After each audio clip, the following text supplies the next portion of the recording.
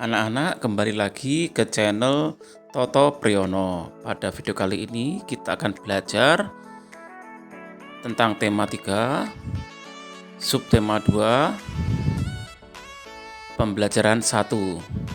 Apa yang akan kita pelajari yaitu ciri-ciri bahasa iklan elektronik dan macam-macam gangguan pada organ pencernaan. Sebelumnya jangan lupa subscribe ya, supaya tidak ketinggalan. Coba perhatikan gambar berikut ini.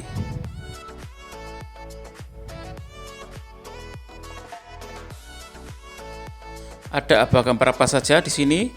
Ya, ada minuman bersoda, ada hamburger, ada pizza, ada ayam kres, kemudian ada wortel, ada apel, ada pisang, ada tomat, ada sayur gobe, sawi, dan ada minuman susu.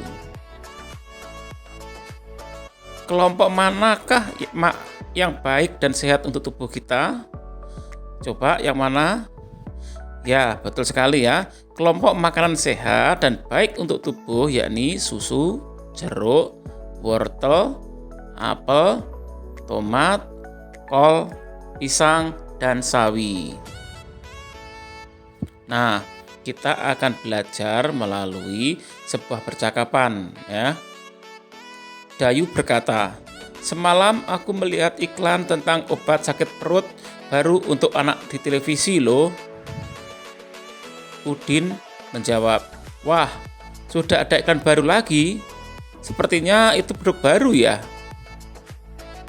Kemudian Dayu menjawab, "Betul. Iklan itu menarik karena iklannya dibuat seperti film." Lani, "Ternyata media iklan itu bermacam-macam ya. Kalau kamu suka iklan di media cetak seperti koran dan majalah atau media elektronik?" Udin menjawab, "Kalau aku lebih suka iklan media elektronik karena gambarnya dapat bergerak dan ada suaranya, jadi lebih seru." Lani menjawab, "Kalau aku suka dua-duanya. Sekalipun iklan di media elektronik memang terdengar lebih seru, tapi iklan di media cetak juga banyak yang bagus. Gambar-gambar yang dipergunakan memiliki warna yang cerah dan kalimat iklannya juga bagus-bagus."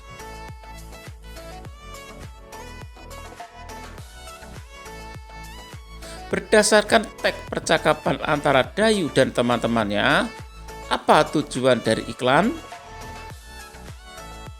Tujuan utama iklan adalah agar masyarakat mau membeli produk tersebut.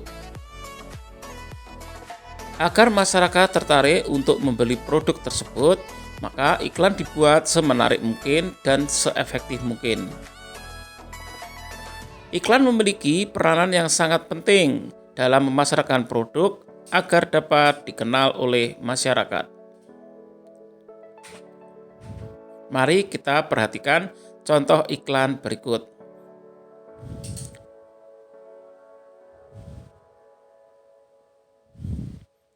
Dari iklan Peggy merupakan salah satu iklan e-commerce pembelian tiket pesawat, kereta api, dan hotel online di Indonesia. Hal menarik dari iklan tersebut terletak pada kata kunci. Kata kunci yang digunakan adalah memudahkan untuk mengingat. Kira-kira kata kunci apa yang dipakai untuk iklan tersebut? Ya, kata kuncinya adalah pergi-pergi, tiket hotel, tiket pesawat, tiket kereta api, booking hotel, dan e-commerce. Contoh iklan yang kedua yaitu iklan Sprite. Iklan minuman merek Sprite berdurasi 10 detik cukup menarik. Iklan Sprite mengajak penonton untuk membeli produk minuman bersoda Sprite yang memiliki slogan "Nyatanya Nyegerin".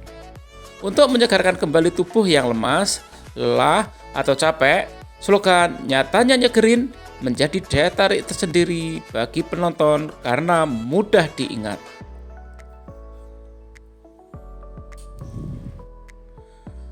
Perbedaan antara iklan media cetak dan media elektronik yaitu pada iklan media elektronik, iklan hanya bersekilas dan berlangsung saat itu saja. Sedangkan iklan media cetak bisa dibaca atau dilihat kapan saja.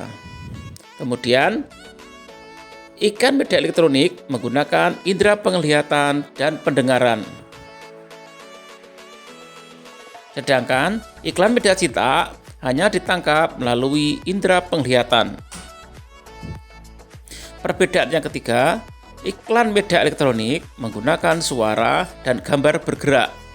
Sedangkan iklan media cetak menggunakan gambar diam dan tidak bersuara.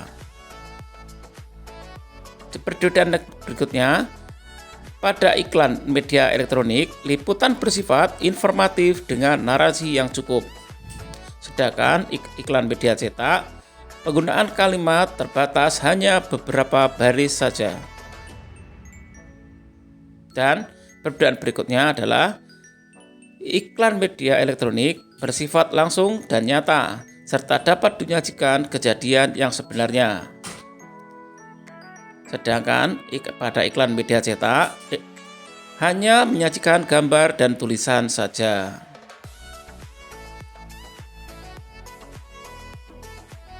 Siang itu siswa-siswi kelas 5 sedang beristirahat di depan kelas. Perhatikan percakapan mereka. Lani berkata, "Aduh, perutku sakit." Dayu menjawab, "Wah, kenapa, Lan?" Lani kemudian berkata, "Sepertinya makku kambuh." Dayu, "Kemarin makku juga kambuh, Lan. Dokterku memberikan obat mah seperti yang ada di iklan televisi. Bahkan ada obat mah yang memiliki aneka rasa. Mungkin kamu pernah meminumnya." Lani kemudian menjawab, "Oh iya, aku jadi teringat. Ternyata aku memiliki obat mah yang kamu maksud di dalam tasku, Yu. Terima kasih atas perhatiannya ya." "Lalu, apa kata doktermu waktu itu, Dayu? Apa yang menyebabkan mah kita kambuh?"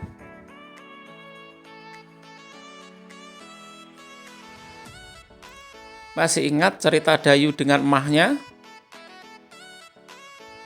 Coba kamu ulas kembali penyebab seorang dapat terserang mah. Penyebab seorang dapat terserang mah karena makan tidak teratur atau terlambat makan saat jam makan tiba. Selain gangguan mah, sistem pencernaan kita dapat mengalami gangguan lainnya. Ada beberapa faktor yang menyebabkan gangguan tersebut, misalnya mengkonsumsi makanan yang tidak sehat dan pola makan yang tidak teratur. Nah, kita akan belajar gangguan sistem pencernaan.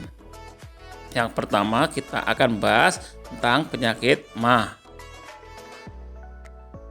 MAH merupakan gangguan sistem pencernaan yang gejala umumnya berupa nyeri pada lambung atau sakit ulu hati. Penyebab penyakit MAH adalah meningkatnya kadar asam lambung yang tidak dipicu oleh pikiran, tegang, dan makan tidak teratur. Gejalanya, rasa perih pada dinding lambung, mual, muntah, dan perut kembung. Cara mengatasi: makan teratur, istirahat cukup, dan hindari stres.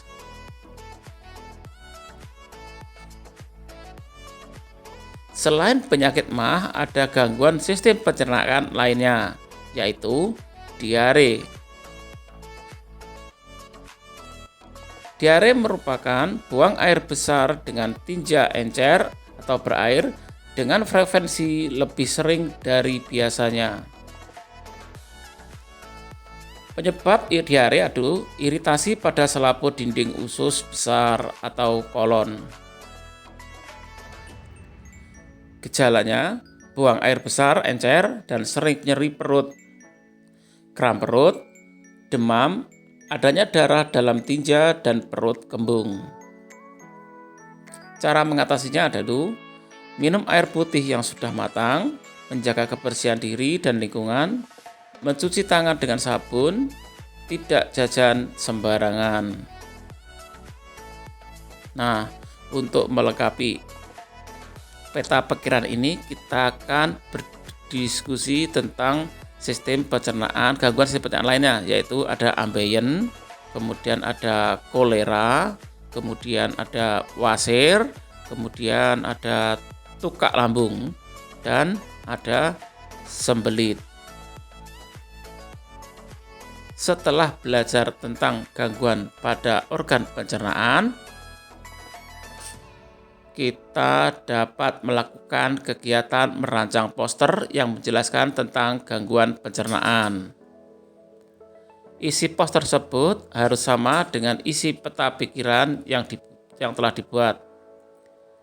Berikut beberapa hal yang perlu diperhatikan dalam membuat poster dengan ukuran yang cukup besar. Yang pertama adalah judul poster. Judul poster harus dapat berbaca dari jarak minimal 2 meter dan menarik perhatian. Kemudian, informasi. Informasi disajikan dalam bentuk poin. Tulisan harus rapi dan cukup besar agar terbaca dari jarak minimal 1 meter. Informasi terdiri atas keterangan mengenai topik pembahasan, penyebab gangguan, gejala dari gangguan, dan cara mengatasi gangguan tersebut. Kemudian, grafik.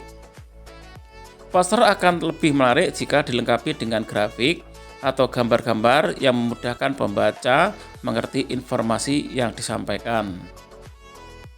Kemudian, sumber.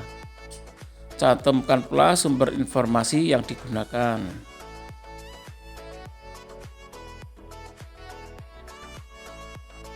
Sebagai contoh adalah ada poster tentang diare. Apa itu diare?